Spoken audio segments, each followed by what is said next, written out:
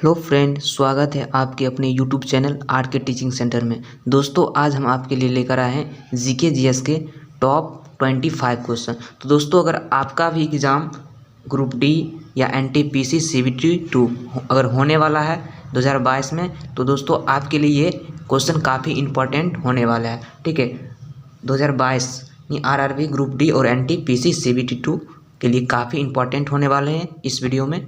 दोस्तों, GK GS के top 25 question आपको इस वीडियो में मिलेगा।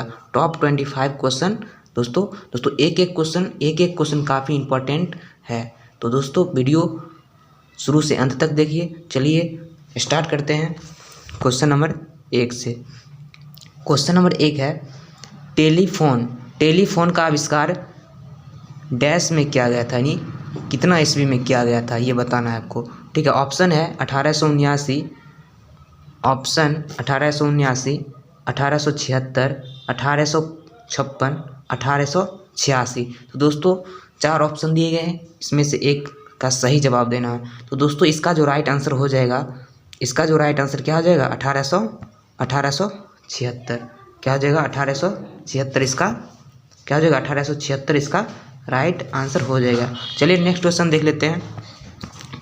नेक्स्ट नंबर क्वेश्चन है, इनमें से किसे grand old man of India के नाम से जाना जाता है? क्या है क्वेश्चन?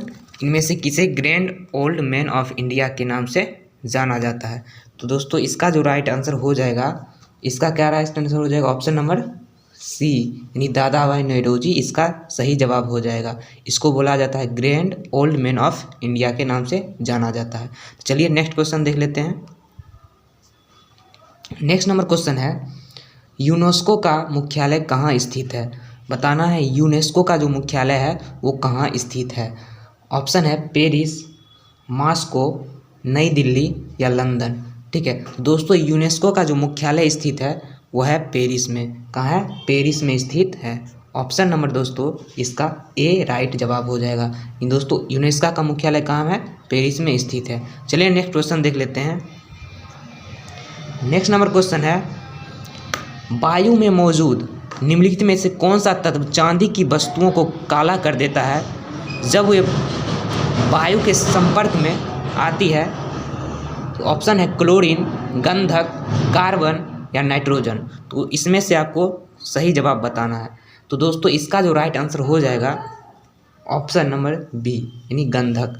यानी गंधक इसका सही जवाब हो जाएगा। ठीक है, चलिए नेक्स्ट क्वेश्चन देख लेते हैं। नेक्स्ट नंबर क्वेश्चन है, इनमें से किसने अजमेर में 2.5 दिन का झोपड़ा निर्मित करवाया था? ठीक है, 2.5 दिन का झोपड़ा किसने निर्मित करवाया था? ठीक है, ऑप्शन है नूरजहां, कुतुबुद्दीन ऐबक, अलाउद्दीन खिलजी, रजिया सुल्तान। तो दोस्तों इसका जो सही जवाब हो जाएगा ऑप्शन नंबर 20 का सही जवाब हो जाएगा, कुतुबुद्दीन ऐबक। जो 2.5 दिन का झोपड़ा का निर्माण किसने करवाया था? कुतुबुद्दीन ऐबक ने करवाया था। उसके बाद कुतुबुद्दीन ऐबक ये गुलाम वंश के शासक थे, गुलाम वंश के शासक, गुलाम वंश। ठीक है, गुलाम वंश के शासक। गुलाम वंश की स्थापना कब हुआ? तो दोस्तों याद रख लेना 1206 में गुलाम वंश की स्थापना हुआ था। और फिर जो कुतुबुद्दीन ऐबक जो थे ये गुलाम वंश के संस्थापक थे। ठीक है, ये लोग आप लोग याद रखिएगा। ठीक है, ये क्वेश्चन। चलिए नेक्स्ट क्वेश्चन देख लेते हैं। नेक्स्ट नंबर क्वेश्चन है, सचिन तेंदुलकर ने अंतर्राष्ट्रीय क्रिकेट में अपना 100वां शतक किस टीम के खिलाफ बनाया था? 100वां शतक। दोस्तों आप लोग क्रिकेट से जरूर क्वेश्चन देख कर जाइएगा, एक क्वेश्चन आपको पूछा ही जाएगा। ठीक है, तो चलिए ऑप्शन है इंग्लैंड, ऑस्ट्रेलिया, बांग्लादेश, पाकिस्तान। तो दोस्तों इसका जो सही जवाब बताना है आप लोगों को। तो दोस्तों इसका जो सही जवाब हो जाएगा आपका बांग्लादेश। क्या हो जाएगा? बांग्लादेश। यानी अंतर्राष्ट्रीय क्रिकेट में 100वां शतक किस टीम के खिलाफ बनाया गया था? तो बांग्लादेश के खिलाफ बनाया गया था। ठीक है, बनाया था 100वां शतक सचिन तेंदुलकर ने बनाया था बांग्लादेश के खिलाफ। ठीक है, चलिए नेक्स्ट क्वेश्चन देख लेते हैं। नेक्स्ट नंबर क्वेश्चन है, इकोलॉजी। इकोलॉजी शब्द किसने गढ़ा है? ठीक है, ऑप्शन है Charles Darwin, Eugenius Warming, Eugene Odum, Ernst Haeckel. तो इसका जो सही जवाब क्या हो जाएगा? ऑप्शन नंबर इसका डी हो जाएगा सही जवाब। अर्नस्ट हैक्कल ने किया था। इकोलॉजी शब्द किसने गढ़ा था? अर्नस्ट हेकल ने गढ़ा था। तो चलिए नेक्स्ट क्वेश्चन देख लेते हैं। नेक्स्ट नंबर क्वेश्चन है, गुप्त साम्राज्य के निम्नलिखित में राजाओं में कौन सा एक अच्छा बीना वादक भी था? ठीक है, बीना वादक कौन था? ठीक है, गुप्त साम्राज्य में बताना है। ऑप्शन है चंद्रगुप्त विक्रमादित्य, ठीक है, समुद्रगुप्त, कुमारगुप्त प्रथम, चंद्रगुप्त प्रथम। तो दोस्तों इसका सही जवाब बताना है। तो दोस्तों इसका जो सही जवाब हो जाएगा, यानी सही जवाब क्या हो जाएगा? समुद्रगुप्त। क्या हो जाएगा? समुद्रगुप्त एक अच्छा बीना वादक थे और इसको कविराज भी कहा जाता है। कविराज भी कहा जाता है और भारत का नेपोलियन, और क्या कहा जाता है? भारत का नेपोलियन भी कहा जाता है। ठीक है, भारत का नेपोलियन। तो अगर आपसे पूछा जाएगा कि भारत का नेपोलियन कौन है, तो समुद्रगुप्त, और कविराज भी क्या है? समुद्रगुप्त है। ठीक है, और एक अच्छा बीना वादक भी है समुद्रगुप्त। चलिए नेक्स्ट क्वेश्चन देख लेते हैं। नेक्स्ट नंबर क्वेश्चन है, प्रोटियम में कितने न्यूट्रॉन मौजूद होते हैं? बताना है प्रोटियम में कितने न्यूट्रॉन मौजूद होते हैं। ऑप्शन है 7, 2, 4 या 0। तो दोस्तों इसका जो सही जवाब हो जाएगा ऑप्शन नंबर डी। क्या हो जाएगा? ऑप्शन नंबर डी यानी 0। जो प्रोटियम में जो होते हैं वो 0 न्यूट्रॉन होते हैं। देखिए ये हाइड्रोजन के समस्थानिक है। जो प्रोटियम जो है, ये प्रोटियम किसके समस्थानिक? ये हाइड्रोजन के समस्थानिक। आप लोगों को याद रखिएगा, हाइड्रोजन के 3 समस्थानिक। हाइड्रोजन के कितने समस्थानिक है? 3 समस्थानिक। एक है प्रोटियम है, एक है ड्यूटेरियम,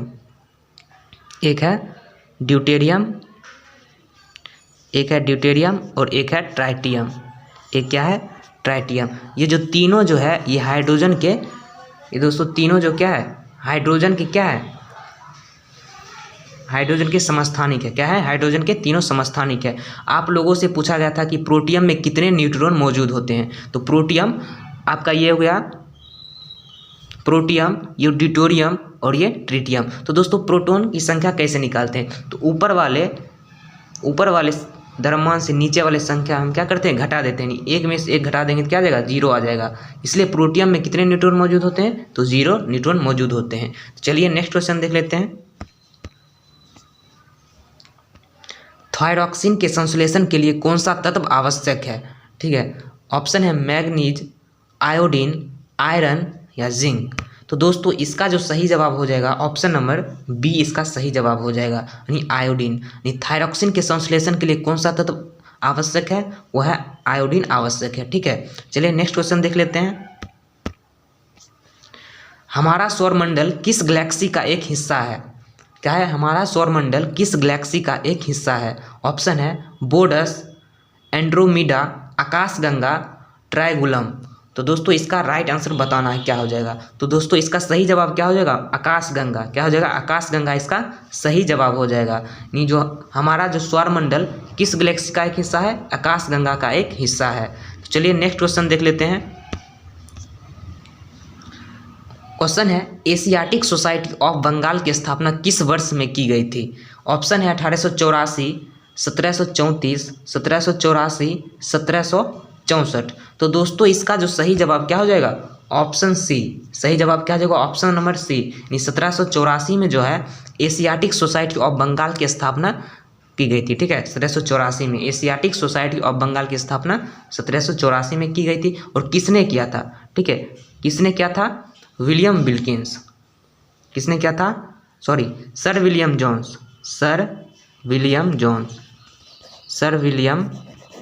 जॉन्स ने किया था। ठीक है, इस क्वेश्चन को आप लोग याद रखिएगा। किसने किया था? सर विलियम जॉन्स ने किया था 1784 में एशियाटिक सोसाइटी ऑफ बंगाल की स्थापना। ये क्वेश्चन आप लोग नोट कर लीजिएगा। ठीक है, चलिए नेक्स्ट क्वेश्चन देख लेते हैं। नेक्स्ट नंबर क्वेश्चन है, विश्व पर्यावरण दिवस प्रतिवर्ष किस तिथि को मनाया जाता है? ठीक है, बताना है 16 अगस्त, 5 जून, 16 जून या 7 अप्रैल। तो दोस्तों इसका जो सही जवाब हो जाएगा 5 जून। क्या सही जवाब हो जाएगा? यानी 5 जून विश्व पर्यावरण दिवस प्रतिवर्ष मनाते हैं। ठीक है, चलिए नेक्स्ट क्वेश्चन देख लेते हैं। नेक्स्ट नंबर क्वेश्चन है, प्रथम भारतीय अंतरिक्ष यात्री कौन थे? प्रथम भारतीय अंतरिक्ष यात्री कौन थे? बताना है। ठीक है, ऑप्शन है एपीजे अब्दुल कलाम, सुनीता विलियम्स, राकेश शर्मा या विक्रम साराभाई। तो दोस्तों इसका जो सही जवाब हो जाएगा राकेश शर्मा। राकेश शर्मा जो है थे ये प्रथम भारतीय अंतरिक्ष यात्री थे, ठीक है, प्रथम भारतीय अंतरिक्ष यात्री। और एपीजे अब्दुल कलाम की अगर बात करें, एपीजे अगर अब्दुल कलाम की बात करें दोस्तों, ये जो थे प्रथम शिक्षा मंत्री थे, ये जो थे मिसाइल मैन, क्या थे ये, मिसाइल मैन, ये क्या थे, मिसाइल मैन थे, ठीक है। अब एपीजे अब्दुल कलाम क्या थे, ये मिसाइल मैन थे, ठीक है। उसके बाद विक्रम साराभाई जो थे ये दोस्तों वर्तमान में जो है इसरो के अध्यक्ष हैं, इसरो, ठीक है। ये क्वेश्चन याद रखिएगा, इसरो के अध्यक्ष कौन है वर्तमान में, विक्रम साराभाई। राकेश शर्मा है प्रथम अंतरिक्ष यात्री है, और एपीजे अब्दुल कलाम ये मिसाइल मैन थे, ठीक है। एपीजे अब्दुल कलाम कौन थे, ये मिसाइल मैन थे, और राकेश शर्मा प्रथम अंतरिक्ष यात्री थे, और विक्रम साराभाई इसरो के अध्यक्ष, ठीक है। दोस्तों अगर वीडियो पसंद आ रहा है तो हमारे चैनल को लाइक सब्सक्राइब जरूर करें। चलिए नेक्स्ट क्वेश्चन देख लेते हैं। प्लासी के युद्ध के समय बंगाल का नवाब कौन था, ठीक है। ऑप्शन है मीर जाफर, अमी चंद राजवंशी, सिराज उदौला, मीर कासिम। तो दोस्तों इसका बताना है सही जवाब। तो दोस्तों इसका जो सही जवाब हो जाएगा ऑप्शन नंबर सी, क्या हो जाएगा, सी इसका सही जवाब हो जाएगा, सिराज उदौला। प्लासी के युद्ध के समय जो बंगाल का नवाब था वो था सिराज उदौला। दोस्तों प्लासी का युद्ध कब हुआ था, प्लासी का जो युद्ध हुआ था वो था 1757 में, ठीक है। सिराज उदौला और बंगाल के नवाब, ठीक है, बंगाल के नवाब सिराज उदौला और मीर कासिम के बीच हुआ था 1757 में। कौन सा, प्लासी का युद्ध लड़ा गया था, ठीक है। चलिए नेक्स्ट क्वेश्चन देख लेते हैं। पूना समझौता कब हस्तांतरित किया गया था, पूना समझौता का हस्तांतरित कब किया गया था। ऑप्शन है 1935, 1928, 1930, 1932। तो दोस्तों इसका जो सही जवाब बताना है आपको, तो दोस्तों इसका सही जवाब क्या हो जाएगा 1932, यानी पूना समझौता पर कब हस्तांतरित किया गया था, 1932 में किया गया था। और पूना जो समझौता किसके बीच हुआ था, गांधी और अंबेडकर के बीच हुआ था, गांधी और अंबेडकर के बीच हुआ था। किसके बीच हुआ था, गांधी और अंबेडकर के बीच हुआ था। कौन सा समझौता, पूना समझौता, और 1932 में हुआ था, ठीक है। और आपका 1932 में तृतीय गोलमेज सम्मेलन भी हुआ था, ठीक है, ये भी आप लोग याद रखिएगा, तृतीय गोलमेज सम्मेलन, ठीक है, तृतीय गोलमेज सम्मेलन, ठीक है। 1932 में भी तृतीय गोलमेज सम्मेलन हुआ था, और गांधी और अंबेडकर के बीच क्या होता, पूना समझौता भी होता 1932 में। चलिए नेक्स्ट क्वेश्चन देख लेते हैं। नेक्स्ट नंबर क्वेश्चन है, हरित क्रांति निम्नलिखित में से किससे संबंधित है, बताना है। मछली उत्पादन ऑप्शन है, दूध का उत्पादन, खाद्य और अनाज उत्पादन, तेल और बीज उत्पादन, ठीक है। तो दोस्तों इसका जो सही जवाब हो जाएगा खाद्य और अनाज उत्पादन। क्या हो जाएगा, खाद्य और अनाज उत्पादन किससे संबंधित है, हरित क्रांति से संबंधित है। और भारत में जो हरित क्रांति के जनक कौन है, भारत में हरित क्रांति के जनक कौन है ये बताना है, ठीक है। भारत में जो हरित क्रांति के जनक है स्वामीनाथन, ठीक है, नाथन। भारत में जो हरित क्रांति के जो जनक है कौन है, स्वामीनाथन है। और विश्व में अगर पूछा जाएगा हरित क्रांति के जनक, विश्व में अगर हरित क्रांति के जनक पूछा जाएगा वो नॉर्मन बोरलॉग है, नॉर्मन बोरलॉग, ठीक है, बोरलॉग। अगर आप लोगों से पूछा जाएगा विश्व में हरित क्रांति के जनक कौन है तो नॉर्मन बोरलॉग, और भारत में हरित क्रांति के जनक स्वामीनाथन। और हरित क्रांति किससे संबंधित है, खाद्य और अनाज उत्पादन से संबंधित है। ये क्वेश्चन आप लोग याद कर लीजिएगा, ठीक है। चलिए नेक्स्ट क्वेश्चन देख लेते हैं। लाइट डिटेक्टर उपकरण को डैश के रूप में भी जाना जाता है, ये लाइट डिटेक्टर उपकरण को डैश के रूप में भी जाना जाता है। ऑप्शन है सिस्मोग्राफ, बायरोग्राफ, पॉलिरोमीटर या पॉलीग्राफ। तो दोस्तों इसका जो सही जवाब हो जाएगा पॉलीग्राफ। क्या हो जाएगा, पॉलीग्राफ। यानी लाइट डिटेक्टर उपकरण को पॉलीग्राफ के रूप में भी जाना जाता है। तो इसका सही जवाब क्या हो जाएगा, पॉलीग्राफ, ठीक है। चलिए नेक्स्ट क्वेश्चन देख लेते हैं। नेक्स्ट नंबर क्वेश्चन है, निम्नलिखित में से कौन सी पुस्तक विष्णु शर्मा द्वारा लिखित है, ठीक है। ऑप्शन है अर्थशास्त्र, पंचतंत्र, इंडिका, राजतरंगिणी। तो दोस्तों इसका जो सही जवाब बताना है, तो दोस्तों इसका सही जवाब क्या हो जाएगा, पंचतंत्र। तो दोस्तों पंचतंत्र किसके द्वारा लिखा गया है, ये विष्णु शर्मा के द्वारा लिखा गया है, ठीक है। और इंडिका की अगर बात करेंगे तो ये मेगास्थनीज ये किसके द्वारा लिखा गया? ये मेगास्थनीज के द्वारा लिखा गया पुस्तक क्या है? इंडिका। और राजतरंगिणी, ठीक है, राजतरंगिणी पुस्तक अगर लेखक की बात करें तो ये है कल्हन। कौन सा है? कल्हन, ठीक है, कल्हन। जिसका संबंध दोस्तों राजतरंगिणी जो पुस्तक है इसका संबंध जो है कश्मीर के इतिहास से है। किससे है? कश्मीर के इतिहास से है। और इसके लेखक कौन है? कल्हन है। और इंडिका पुस्तक के लेखक मेगास्थनीज है। और पंचतंत्र के लेखक विष्णु शर्मा है। तो दोस्तों पुस्तक से क्वेश्चन एग्जाम में पूछा जाता है बार बार में, इसलिए बोलते हैं आप लोग वीडियो को पूरा देखिए, ठीक है। चलिए नेक्स्ट क्वेश्चन देख लेते हैं। भारत छोड़ो आंदोलन किस शहर से शुरू हुआ था? ठीक है, भारत जो छोड़ो आंदोलन हुआ था वो किस शहर से शुरू हुआ था ये बताना है। ऑप्शन है कराची, लाहौर, दिल्ली या बम्बई, ठीक है। 4 ऑप्शन दिए हैं, इसमें से एक सही जवाब देना है, ठीक है। तो इसका सही जवाब क्या आ जाएगा? बम्बई, ठीक है। भारत छोड़ो आंदोलन का जो शुरुआत हुआ था वो बम्बई से हुआ था, ठीक है। और भारत छोड़ो आंदोलन कब से शुरू हुआ था? 9 अगस्त 1942, ठीक है।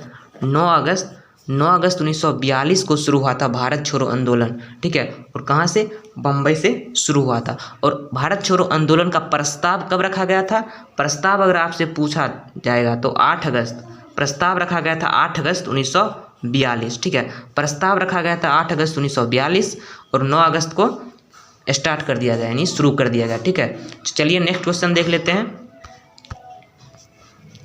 नेक्स्ट नंबर क्वेश्चन है, रविंद्रनाथ टैगोर ने किसकी वजह से अपनी नाइटहुड उपाधि वापस लौटा दी थी? ठीक है।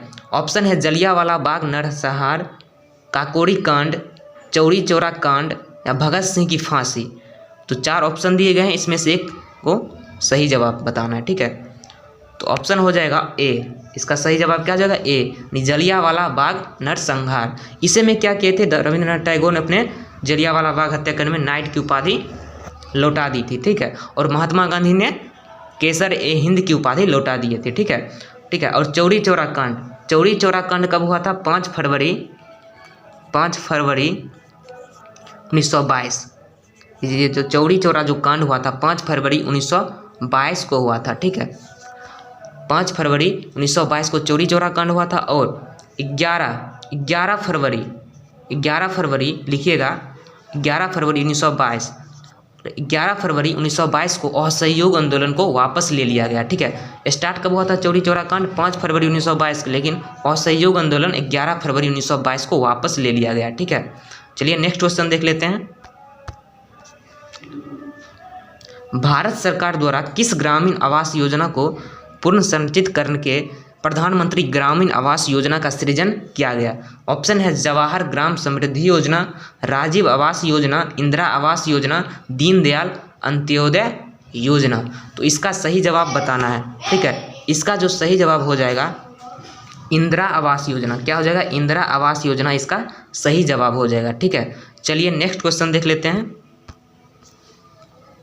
क्वेश्चन है, भारत में निम्नलिखित में से किसे स्थानीय स्वशासन का जनक कहा जाता है? यानी father of local self government, ठीक है। स्थानीय स्वशासन का जनक किसे कहा जाता है? ऑप्शन है Lord Ripon, Lord Minto, Lord Mayo, Lord Curzon, ठीक है। इसका जो सही जवाब हो जाएगा लॉर्ड रिपन। क्या सही जवाब हो जाएगा? लॉर्ड रिपन, जिसको स्थानीय स्वशासन का जनक कहा जाता है। किसको? लॉर्ड रिपन को, ठीक है। और लॉर्ड मिंटो, ठीक है दोस्तों, लॉर्ड मिंटो प्रथम के समय क्या हुआ था? 1809 में जो हुआ था, क्या हुआ था? 1809 में, ठीक है। लॉर्ड मिंटो प्रथम के समय 1809 में जो हुआ था, रणजीत सिंह और अंग्रेज के बीच क्या हुआ था?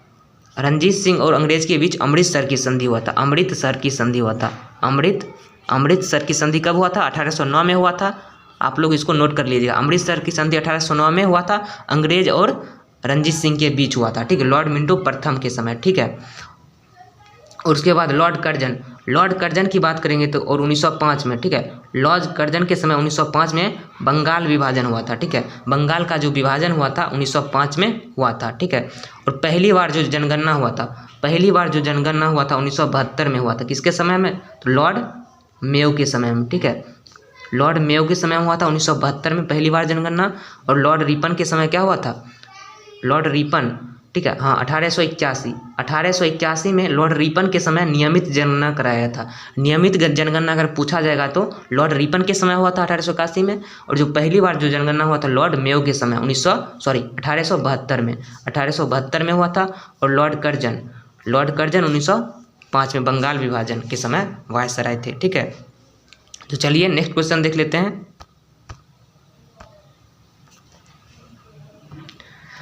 भारत में किस तारीख को वर्ष का सबसे छोटा दिन माना जाता है? ठीक है, ऑप्शन है 22 मार्च, 22 जून, 22 दिसंबर, 23 जून। तो दोस्तों इसका सही जवाब क्या हो जाएगा? 22 दिसंबर।